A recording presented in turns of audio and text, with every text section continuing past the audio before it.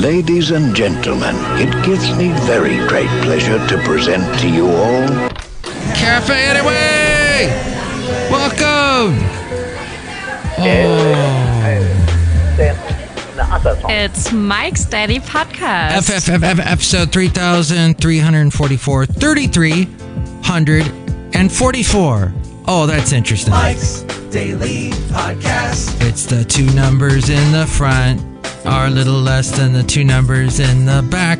It's Mike Matthews here, and I have to attack the show with both hands and wrestle it to the ground and bring you a great podcast, because that's my show thing I do every day, and I don't know how long it will last, but it's still going on. It's called Mike's Daily Podcast. And it's episode 3344. And we're broadcasting from Café Anyway somewhere in podCastro Valley. Mike's the last place on earth. Daily in the land Podcast of Ameritopica. Yeah!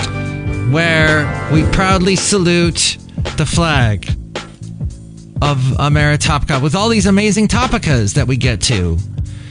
For example, that you've heard possibly that states led by California are suing to stop Paramount merging with Warner Brothers division. It was a suit filed in Oakland federal court, not too far away from us here in podCastro Valley, to derail Paramount CEO David Ellison's bid to transform his company into a major rival of Netflix and Disney. But how well is Netflix doing? So my lovely lady friend still has Netflix, and we still will watch a show. I have not been overwhelmed by anything I've watched. In fact, everything on Netflix is formulaic.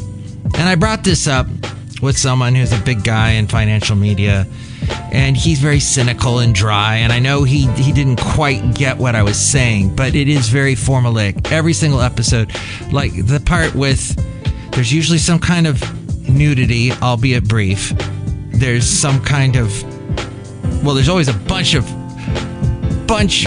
and a tremendous amount of profanity going on. And usually stuff that, let's just say, is trying to attempt to be edgy in some way. Here's today's podcast picture. To try to out HBO, or out Max, or whatever they are now. The podcast picture is not of any of that, but a fine place that I didn't go to, but my lovely lady friend took this podcast picture when she was in the Bronx recently, and you can see a picture of that at mikesdailypodcast.com. In the middle of the botanical garden, there's suddenly this California hippie VW bus sitting there with flowers and sunflowers around it. It's very bizarre in the middle of the Bronx.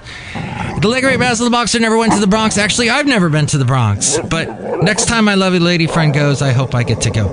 I would have loved to have gone, except I don't think I would have loved the humidity. From what I heard, it was very humid when she went. Plus, right about the time I'm planning to take a vacation, everybody I work with takes a vacation. And when anybody takes a vacation, I got to take over for their work. I got to do what they do. Mike, I got to go. Well, when am I supposed to go? I'm just going to leave. When they all come back, I'm just going to go. You guys deal with it. No, they are all really helpful. When they leave, they give me a full list of everything they do. Everything. Which is what I don't want to be sideswiped and go, oh, what? You're supposed he does this too? Wow. Yes, it's good to have a good list you leave behind when you go on vacation, so the people know what to do to cover it, and they don't call you and bug you on your vacation, which has happened to me in the past. The word of dog. The word today is figure it out. Figure it out on your own, people. No, I'm glad that they gave me a list. I didn't have to figure too much out on my own when fellow employees took time off.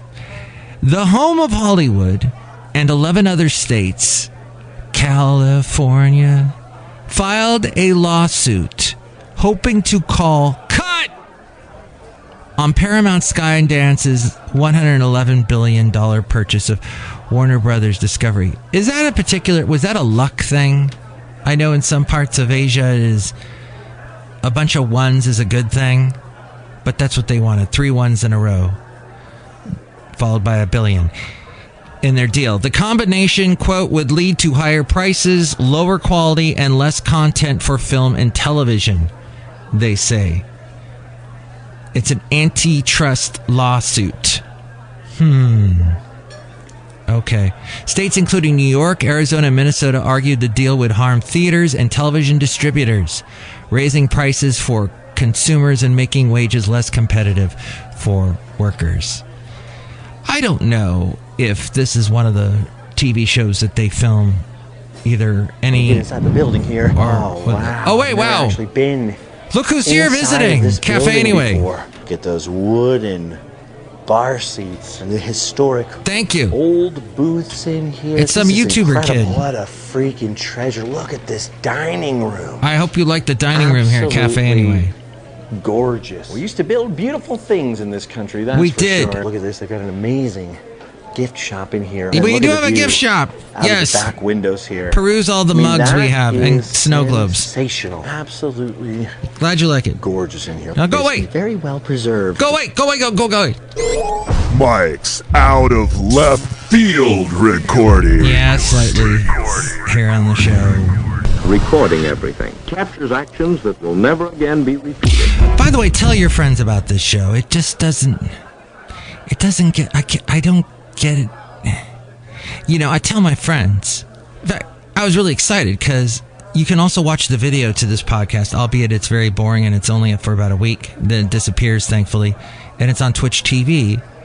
And I have a little station there on twitch.tv/Mike Podcast. And lately I discovered this thing where I can broadcast music there, live. Then it promptly disappears once I have ended the show. The music, a lot of the music is copywritten, so it gets taken off. But I've done some interesting little radio shows that I'm pulling from my huge library at home, and so you should check it out, and also the videos and whatnot if you're into that kind of thing. But the music, definitely check it out. It is at mikesdailypodcast.com. Click on where it says see video of the show here, or just go to the Twitch twitch.tv/Mike Podcast. Anyway, Café Anyway, we're outside of Café Anyway now. I don't think this show's on twitch.tv either. Love Island USA. But you know who loves it? The Gensers. It's in its first few weeks, the season snagged 2.3 billion minutes of viewing. That laps all other reality TV shows. Gen Z loves TikTok and YouTube, and the series is flooding social media and even filling movie theaters and bars to watch episodes. Kalshi, who I hate with all my being, bets on Love Island USA, reporting nearly $50 million in trades around this show. What? Oh boy. Well, that's how it is. Speaking of people that love TikTok, the queen of TikTok is Madonna. I didn't know Gensers liked her. Well, her live video event for Confessions 2, it set a record with 2 million global viewers. And then here's the other thing people are doing, and that is, this is what they're doing in the world. Oh, spending money on things like the $80 billion diamond industry is having rough times. Diamond engagement rings became popular last century. In fact, it was shortly after the last century when I got married and I had to buy a diamond ring for my then wife. And I don't even know what happened to the ring after we divorced, if she kept it or what, but it exists somewhere. Maybe under the bottom of the ocean, who knows. But there went several $1,000s. Prices are down roughly 35% from their 2022 peak. Actually, no, they're down almost half, depending on the size and quality of the stone. Average engagement ring with real diamond, let's see, is about 10,000. What? With a real diamond is 10,800. Yikes. With a lab-grown diamond, it's about 5,200, which is 50% less. And lab-made diamonds made up about less than 1% of diamond sales globally just 10 years ago. They now account for more than a fifth. Fewer marriages are happening too as people put off their marriages, wedding plans to focus on career equals. Career equals? Career. Focusing on their career. Fine article. It's You silly great fat article. It's a fine article. It's just written poorly. So people are putting off weddings to focus on their career. So that equals fewer engagement rings. That from Rob Black. I produce his podcast. He's heard on AM 1220 KDOW weekdays in the 5 p.m. hour. And he's on Cron TV Monday through Thursday in the 9 a.m. hour. All right, well, now let's talk about food. If you're the proud owner of an I Heart Carbs, I Love Carbs t-shirt, Olive Garden is bringing back its never-ending pasta. A subscription plan. Oh, they got a pass for that. A subscription plan that grants a limited number of patrons 13 weeks of unlimited pasta for $100. Oh. You know, my lovely lady friend loves pasta. And it's a thing that where I have to try to watch it and fill up on salad and good fiber instead of this stuff that's, you know, I don't want to offend anyone, but pasta really is not the best stuff for you. It's just not, it doesn't really have the nutrients. I mean, grains are good for you. The seeds and whatnot, and but the processed stuff is not good. And pasta's got a lot of the processed flour and etc. So it's better to add, you know, lots of broccoli and vegetables, and I'm enough talking about that. With that, Mike's Matthewsman Park. it's a Matthewsman Park of knowledge at Café The front Anyway. panel will close automatically. Please remain seated at all times. Let's see. I guess they had only 10,000 passes. Although Rob wrote this, I don't think it was 10 million passes. Is that what this is? Wow. Okay. I'm thinking it's 10,000 passes, but do that at your peril. Okay, Americans built one of the world's greatest snacking cultures right here. Bad news for the snack food companies. And the news comes in threes. Number one, only 1 in 5 American households using GLP-1 weight loss drugs. Okay. That means that about 11 to 12% of U.S. adults are currently taking a GLP-1 medication. Oh, yeah, 1 in 5 of us. Yikes. So that's bad news for the snacking world. Also, as you've probably seen, the surging costs in living. And number 3, a broader shift toward healthier eating. But people are eating a lot more protein, as you probably have seen. The Fascinating Material Project. How fascinating. And less sugar. Sales in the snack food world, like chips, are slipping about 2%. But still, they're slipping. Pepsi tried to do price cuts up to 15% on products, including the stuff they own, like Doritos. Remember, they had the protein Dorito chips that we've heard Louis Black complain about? You really think you're going to get healthy eating protein Doritos? They also own Lay's, Cheetos, and Tostitos. Oh, and pizza sales are down almost 23%. 23% because people I want to eat healthier. The person that I knew that had a gastric bypass about 20 years ago, she was absolutely, so she gets the bypass and then she eats nothing but pizza and like Doritos, Lay's, chips, a lot of chips, bags of chips all over her place.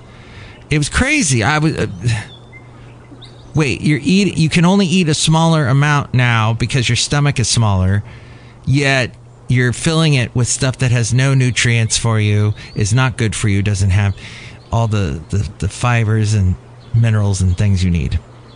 Now, 30% of us want smaller portions, and smaller portions at lower prices. in the restaurants when we go out.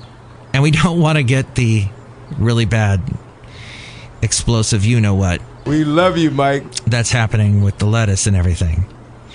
Clothing is also a surprising winner because people got to change their clothes now that they've lost weight. Overall apparel spending has increased 10%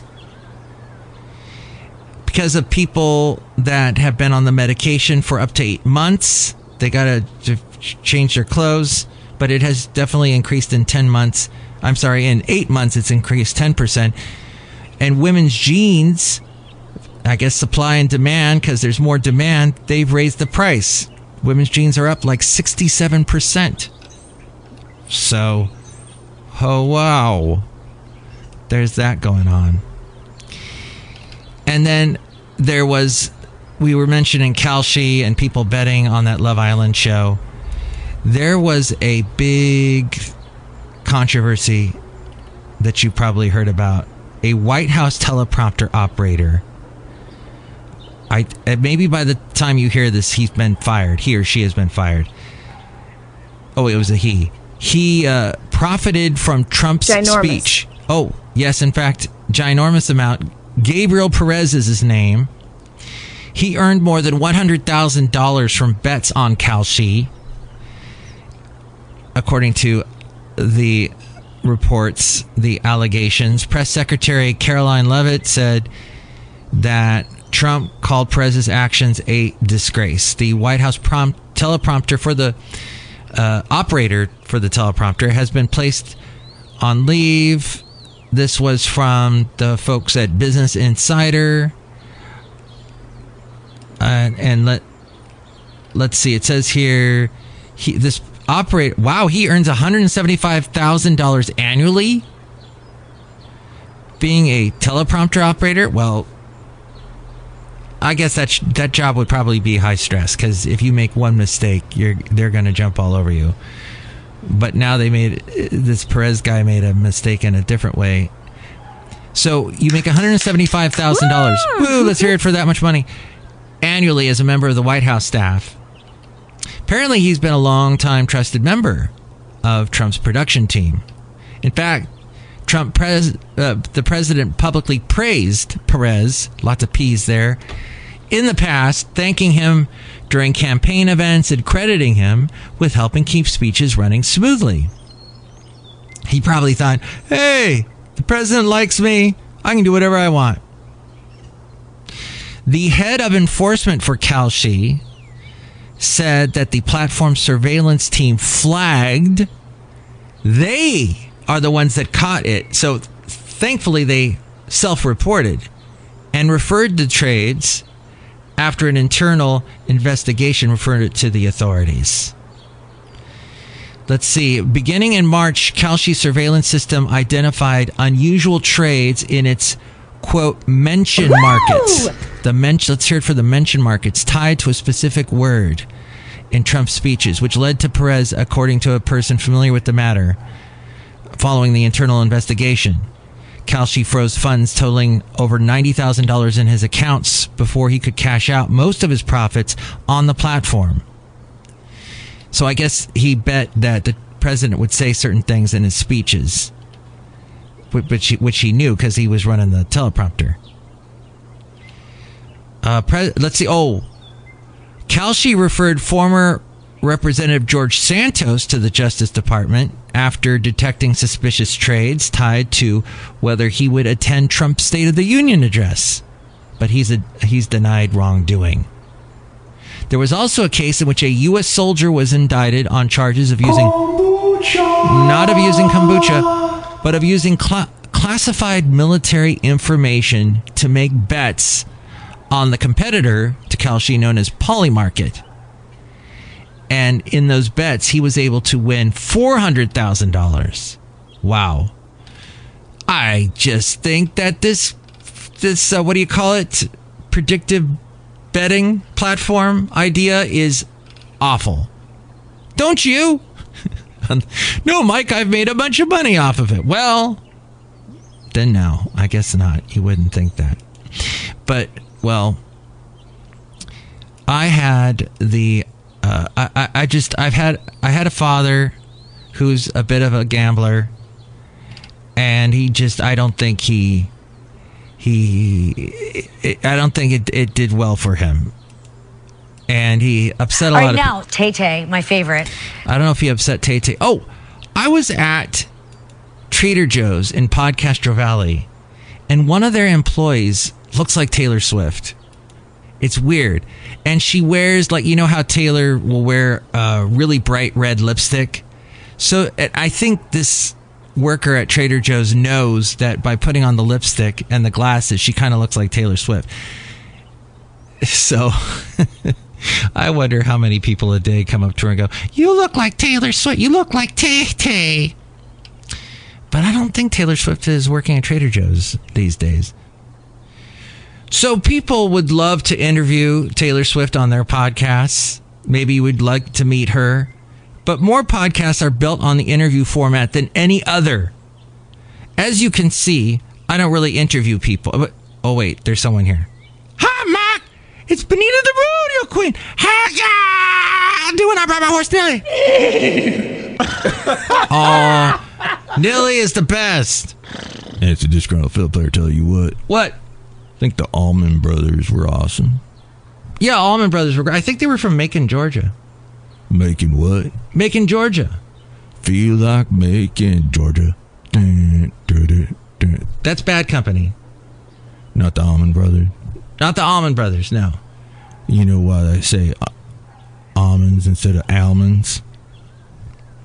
No. Because they kicked the L out of them. All right. That's great, that joke. Thank you. Yeah, I heard from someone in, what's that town? Modesto. Modesto, yeah, because they got lots of almonds there. Look who else is here. Oh my God, make the delicious root beer. Have some right now, because I am the brewmaster. The root beer is what I make. And now we return you to our regularly scheduled program with Mike Matthews. Thank you. Yeah, the Brewmaster was starting his own podcast there. I will try some of that root beer right now. Ooh, that was so good. Mark, you were just faking drinking the root beer. You don't actually have any. You're not holding it properly. No, I'm not. I'm not holding the root beer properly. I'm holding it upside down, which makes it... It's my feet are drinking the root beer. It makes it difficult to drink. But thank you for making... What's going on in the root beer basement thing? Yeah, I make the root beer in the basement. The Café Anyway, and people come by and they talk to me. I have a helper named, he's some kind of a clown. Hey kids, this guy, it's me. He's kind of weird. Don't read me the clown. And I tell him to drink the root beer, I'll cut you. Oh boy. Wow. So that was a great interview. That went really well. But more podcasts are failing with the interview format than any other, say the folks at Podcast Tonight who email me regularly. You can do that as well. mikesdailypodcast@gmail.com. The interview podcast is the most accessible format to start and the most difficult to do in a way that actually builds a loyal audience over time. Let's see. It says here, the guest is not the content. The insight your guest unlocks is the content, podcasters out there. Or if you're thinking about doing a podcast, or if you listen to podcasts regularly, other than this one, where they do lots of interviews. You will travel into the incredible universe of podcasting. The most common mistake in interview podcasting is treating the guest as the draw. The assumption goes, if I get a well-known guest, people will tune in. In reality, listeners who do not already know that guest have no reason to listen to the podcast. What actually works is using the guest as evidence for a special outcome. The format that consistently perform are the stories that say how they did it or how they made they moved beyond what they did. It's the moving beyond vague expertise is what it says here into decision making that the listener can... Okay, now it's gotten really convoluted. Yeah, I just don't know how you do it. Just talk into the mic and your voice goes out through the wires and Once a week, whether you need it or not, somebody comes in here and gives you a check for $38. Ah, see, that's all it takes to do a podcast. Is you just get on the mic and talk, and then you get the $350 or something like that. But it's fascinating. And thank you for listening to this podcast. Any other advice we can get from the late great Johnny Fever? Perhaps right at this moment. Where did he go? Oh, here he is. Get stage fright? Well, I tell you a secret. If you ever find yourself on the air and you feel a little nervous, just imagine that you're speaking to one specific person. One specific person. Which, in fact, is probably the case here. Yeah, that's okay. What do you think about that? Here's the number to call. Call Mike at the Café Anyway hotline. Area code 510-228-4640. And with all things having to do with Mike's Daily Podcast, we go to the main frame and hear from A-Frame. Thank you for listening to this show. That's a podcast that sometimes has people stop by. Café Anyway. It's great. And sometimes the host talks in the soft voice that's so soothing, or is it thoozing? One of those two. With all things having to do with Mike's Daily Podcast, we go to the main frame and hear from A-Frame. Thank you for listening. See, because the people who are loud and confrontational and all, they don't have any problem speaking their mind. That's what they do. They speak their mind whether you want to hear it or not. But it's the other people who need a voice, and they need an advocate. And if we love one another, we can learn to advocate for one another. And say, I'm always expressing what I think, but I haven't heard from you on this. Well, what do you think about this? What do you think about this? Meetings would go better if somebody stopped and asked the folk who are sitting around the table quiet, what do you think about this? You haven't said much. Let's hear what you're thinking. Because sometimes the best wisdom comes from the person who's reluctant to speak. Sometimes those still waters run deep. It's the folk making all the noise that, okay, we've heard from you. Thank you very much. Appreciate you. Written and produced and performed by Mike. But now let's hear from somebody else. Super easy to find. Download or listen to his show and read his blog at mikesdailypodcast.com. Email Mike now at mikesdailypodcast@gmail.com. See you tomorrow. Bye.